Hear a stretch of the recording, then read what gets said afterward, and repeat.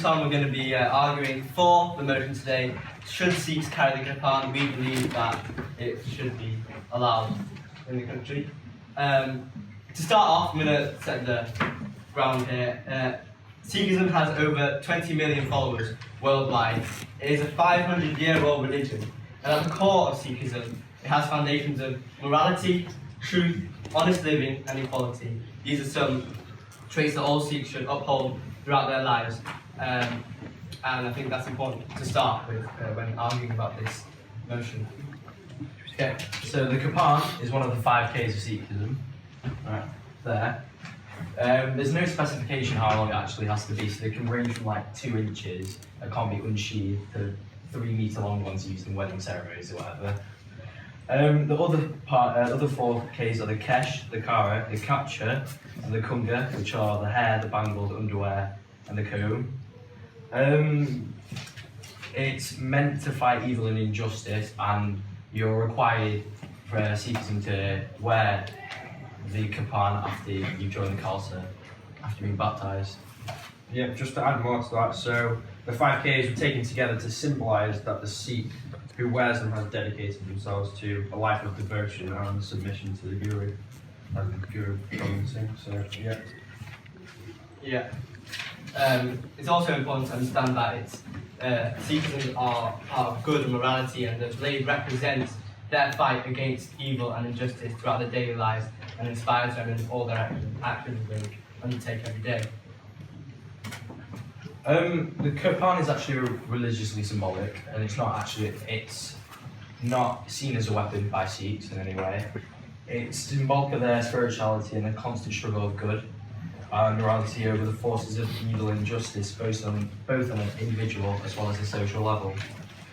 Guru Gobind Singh, who was the guru who implemented it in the religion, has quoted several times with it, saying stuff like, "From the Guru, I have obtained a supremely powerful sword of spiritual wisdom.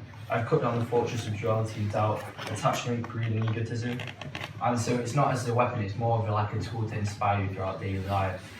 In a way, it's almost offensive to call it a weapon, because it has a higher significance to that to many Sikhs, and also it should be to all Sikhs, and it's integral to their religion.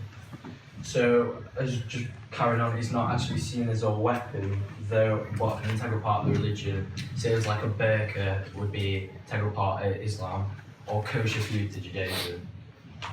It's on that same level of importance to the Sikh religion.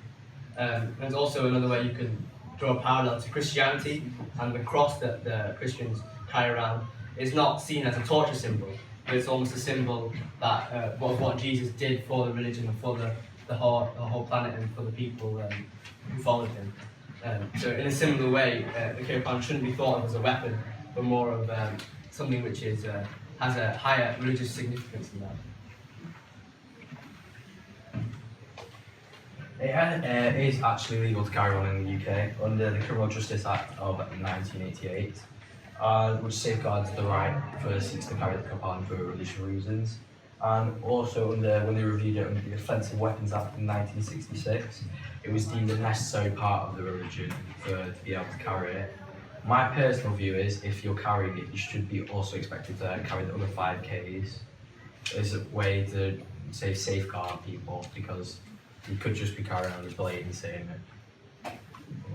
I think tolerance-wise, so these rules made about 25 years ago, or that there wasn't as much knowledge about why we had them, but today, in today's society, we should be able to see, because we're all being educated in Sikhism, why you could see why it'd be necessary part of the religion. So the reason that Sikhs like the Kirpan, it's deemed unacceptable by some people in like the Western kind of societies, and it's due to it's not really appreciated in that society, and many see it as nothing more than like an ordinary blade or dagger. But like Nij was saying, it's like part of their religion, like the burqa would be. So, and to round off, Britain has a history of exemplar values such as tolerance, equality, and respect for others. This is shown in as Britain is a multicultural society which has stayed relatively harmonious, with things like the burqa accepted and other things. So I think the Kirpan should be considered as something very important, just like the burqa and other things. So that's why we believe that the Sikhs should carry the Kirpan in the UK. Thank you.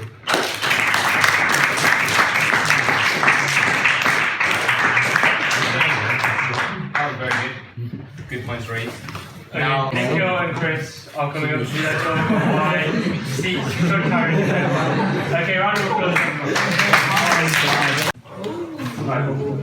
First of all, we're here to argue that Sikhs should not be able to carry kirpans. A kirpan is a short sword or knife with a curved blade. It is worn by Sikhs as it is part of the 5 articles of faith, and it is symbolic of their spirituality and the constant struggle of good and morality over the forces of evil and injustice.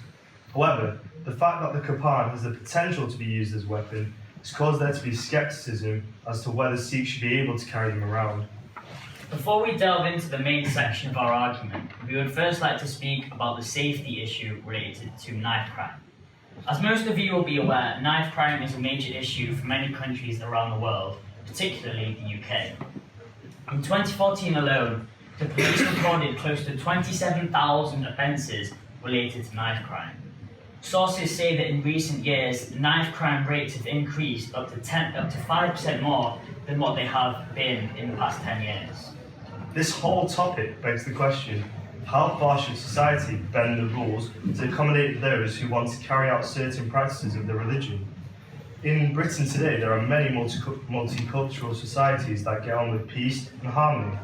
Without these things such as equality, toleration and respect, it is probable that it would not be possible.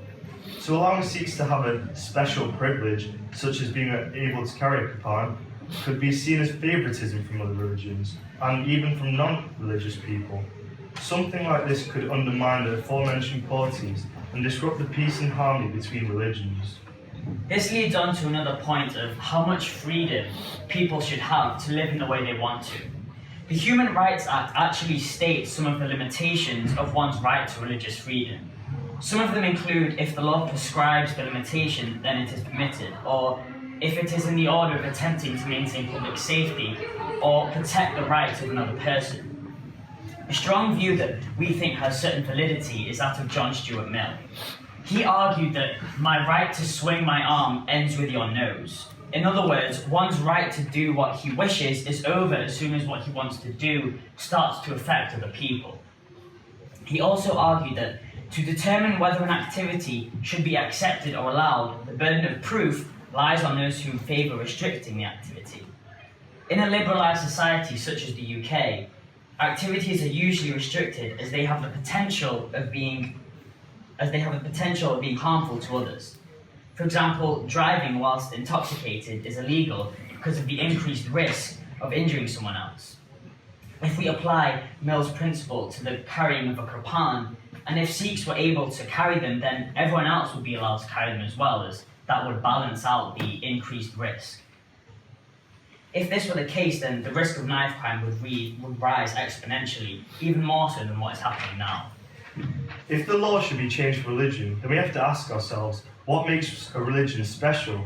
We understand and accept that a religion can be central to the well-being of people, or even communities, and because of this, no one should restrict the freedom to practice religion without good reason. For example, playing a musical instrument is important to the lives of many people, yet we do not permit people to play these instruments loudly in residential areas in the middle of the night. Also, sport is very important to the well-being of people, yet we do not allow people to play football on busy roads, in shopping centres, or on other people's property without getting permission. Religious people may argue that a religion is a far more important role in their lives than music or sport can be to another, and therefore special efforts should be made to accommodate religious practices. But can this claim really be verified, and is it giving religious people privileges that are denied to non-religious people who are against the important values of equality and respect in Britain today?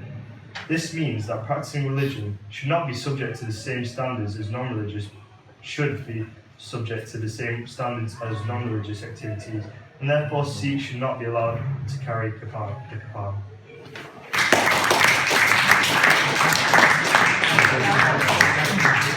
That was also very good. Now, I'm going to open up to you guys. your opinions. Now, but non-religious people aren't allowed to carry a knife. As long as the blade doesn't lock and it's the blade less than 5 inches long, you can carry a knife around as long to an extent, obviously not stab people. And the other thing is, where is the opposition to this sort of motion's proof that Kirpans are involved in crime? I mean, you know, I'm sure in your research, if there was a major problem caused by these knives, there would be statistics. There's no statistics because there's no proof, because they are not used in violent ways, because Sikhs respect their religion, they respect that these knives cannot be used as weapons. How can you verify that all It has the potential to be used as a weapon. That's why that we shouldn't give them the chance to be used. We're not saying that they will, but it's just the fact that they So can. does an eating fork, you're going to ban those? Yeah, but how can you said before that all Sikhs respect their religion, how can you verify that all Sikhs will respect their religion? Because if there was a major problem with this, it's not a valid threat. It's just taken away the And threat people that could already be carry there. if you carry a Swiss Army knife in your pocket, you're not going to get arrested. People have still got the right to do this. So to say that you're balancing a religious person's right with a non-religious person's right is it's just it's a fact. I don't want this to become nonsense. I've got a reply to that though. Is what you're saying that it's got the potential to be used as a weapon. It's the Kirpan's given a purpose, so what Ted's saying that Sikhs wouldn't think to use it is actually right. But as if something like your hands don't necessarily have one purpose, that has the potential to cause harm to something as well. But the thing is, you can't verify that all Sikhs will treat it with respect. You can't guarantee 100% that all Sikhs will treat the Kirpan as it should be treated. I understand and I respect that the Kirpan is a symbol, but you can't deny that it has the potential to cause harm. Well, if you put in the right precautions, such as you can get it sewn to a wooden scabbard, or you can get Kirpans that can't be achieved, or 2-inch long necklaces. But I'm just another point I'd like to bring up is that after researching last night, I found it very hard to come up with any crime related with Kirpans. There was, I think, an incident in Canada in 2009 where a boy had allegedly threatened someone with his Kirpan, but it actually turned out he threatened them with his turban hairpin instead. So, Okay, so Alright. Do you think there should be legislation put in place as the length allowed with the Kirpan? It was said that, was it 2 centimetres or 2 inches that it had to be? So how, and Ted said about a certain length of blade being allowed, was it 5? Is that 5? I think it's either 3 or 5, I can't remember. Well, surely, non-locking blade. surely a Kirpan should be possibly allowed within that length range, and then beyond that it becomes more of a potential threat. As obviously a shorter blade is less dangerous than that. okay, so this is actually a Kirpan that a kid could use if he wanted to come into school. And this is at around about 3 inches. I think it's actually just a little bit longer. But as you can see, it's very difficult to harm someone if you try to use this. And for it to be any longer could be seen as a potential threat. And also, to make another point, is the blade underneath is, when it's used, as Sikhs do use it, is a blunt blade. So you'd have to, it'd be impossible really to hurt someone too far. Next question. Kriss Surely there's a great number of things that could be actually seen as being a weapon if you viewed them in the right light. And therefore, if we were to ban the Kirpan, which is in essence, as Nobby said, a fairly blunt knife and one that would be difficult to do anyone any genuine harm with, then surely we'd have to ban a great deal of things that could, if you really put your mind to it, be used to hurt someone. Such as, let's say, you'd have to ban people's necklaces, for example, because they could be used to strangle someone if you really tried very hard. I think you can't ban everything completely, you just have to be more restrictive on but like, I think that's the point we're trying to make, not... And there's alternatives to Kirpans. I mean, they have a religious symbol and they represent something. But can't you carry something else that can't necessarily have the potential to cause anyone any harm, but still carry that same representation? Like Vikram said when he was doing his presentation, the whole point of a Kirpan is that it's there, so if someone is in danger or something bad is happening, then you can do something with it. Good answer. Christian, wouldn't you feel a bit uncomfortable though if someone, even if they have normal mental state or someone was sitting next to you with like a Kirpan next to them, even if, or even a kitchen knife, for instance, if they were sitting right next to you? I don't think there's any. Not even a kitchen knife, sorry, but Kirpan. Also a stupid state. I'll try it. That didn't work. No, the point is they're supposed to exist, as far as I understand it, mainly as a symbol of faith, and beyond that only, if at all, as something that you can defend yourself with. So I wouldn't feel threatened by it at all. I think people would have the right to do that. How can you determine who's going to use it safely and who isn't going to use it safely? I think that's only a problem if we saw that in the news there was a genuine problem with them being misused, and there isn't. To be honest, Marvy, as you just saw, he's holding one, and no one in the committee has changed where they're acting or anything. So I think a level of personal trust with the person carrying it has to be implied when you're like hanging around with these kind of people. And also, all the people who carry this are what you call Amrit Shak, which is they've taken Amrit, i.e. they're very religious. So what you could say is, well, why would they do that? And they're so dedicated that they're hardly going to harm someone. So, As well, whilst I very much agree with the Sikhs' right to carry the Kirpan, we can't shy away from the fact that it can be used as a weapon. But I would say we just have to take the rough with the smooth. Unfortunately, there's hardly any rough with this particular smooth. And as Christian said, we'd be banning a lot of stuff if we were to ban everything with the potential to harm a person, because there's so many things that could be used violently. So we can't cut everybody in cotton wool. This is we can't be living in a nanny state. We need to live in an accepting community. Marvy sits behind me in English. I'm not worried he's going to stab me. It's complete. Sikhism is a religion that is very much peaceful, very much based on trust and respect. And I think, as most religions are, and I think that if there was a real problem with it, you found it, because there's no argument really against it, apart from that, you might occasionally treat religious people a little bit differently, but so what? Everybody's happy, everybody's getting along with each other, no one's getting stabbed with them, so what's the Okay, point? we already have time for one more question, and Jamie. In America, in states such as Texas, where guns are allowed, they're also thinking of banning Kirpan because of religious reasons. But surely a gun has far more threat to a person, so why don't they think about banning guns before a Kirpan, which is a 3-inch blade, which is blunt, which can't really do much damage? Well, I was just saying, thinking in that reply to that, they're still keeping the gun laws, obviously, where they're allowed to carry it.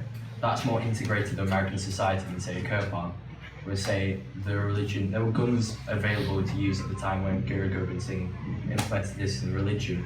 It's a symbol of so the main use for a Kirpan for everyday Sikh is when he goes to the Gurdwara and he cooks a dessert or a sweet dessert and they put them away. They won't unsheathe it, but it's not really part of the religion. I don't really know about Texas, but just in the general bit of the world, it's a religion with 20 million followers. Well, 25 million, sorry. It's quite a major world religion. It's just carrying on with their beliefs and core values from hundreds of years ago. Okay, so I think several good points have been raised. So now we're going to leave it to you. Who put your hand up if you think that the Kirpan should be allowed to be worn? Should be. Yeah. I think we can all agree, yeah. So, Anyone against it? Will, would you like to give one reason why? No? It's dangerous. Why should we carry knives? Where do you have to support that? No one knows Sikhs in the past 100 years. But these little accidents can happen, and yet you can say, oh, let's just, get rid of bricks. Well, it's a group of people who can carry knives all day. I just think it's quite dangerous. Okay, so I think another round of applause for these guys.